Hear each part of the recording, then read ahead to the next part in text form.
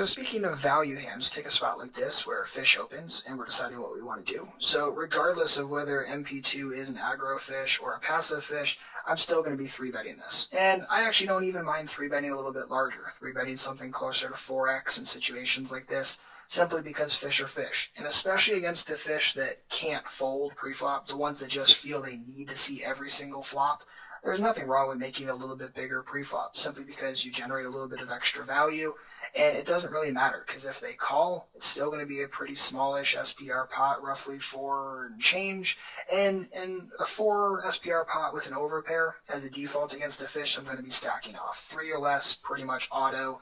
And again, that's with a top pair plus or an overpair. And this is why, against fish, especially when you're creating smaller SPR pots, AK and 3-bet pots, 4-bet pots, etc., that we want to be strong side weighted, because we create smaller SPRs, ones where we're going to be more forced to correctly take top pair and overpairs very far. So I want to put myself in situations where I have hands that can actually do that comfortably. King 8 is not one of them. Kings and aces obviously are.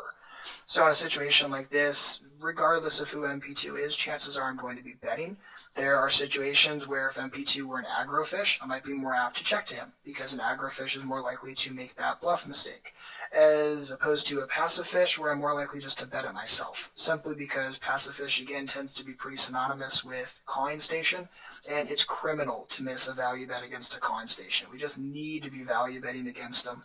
And we're going to do another video later all about crushing fish post-flop, and we're talking about these kind of hands in a bit more detail. But it's also important that we know how to handle them when we're talking about pre-flop and how we want to handle them there. Again, it's a 3-bet, create a smaller SPR pot. As a default, definitely going to be stacking. And if we decide to bet and he raises, like I said, I'm not folding, I'm stacking off here, so I'll most likely be shoving myself and expecting to stack off with an edge. I acknowledge that sometimes he is going to have pocket 7s, pocket 6s, 7-6, jack 6 suited, whatever it be, but I'm not worried about it. Overall, his stack range is going to be awful. And this is also another thing. Fish are likely to raise here with hands that good players wouldn't. Like, a good player isn't really going to raise here at jack 10.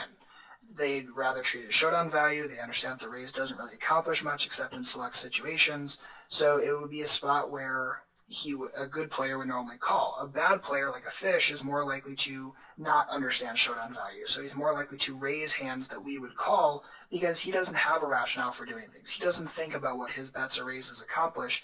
He just says, LOL, I have top pair, and thus I stack off.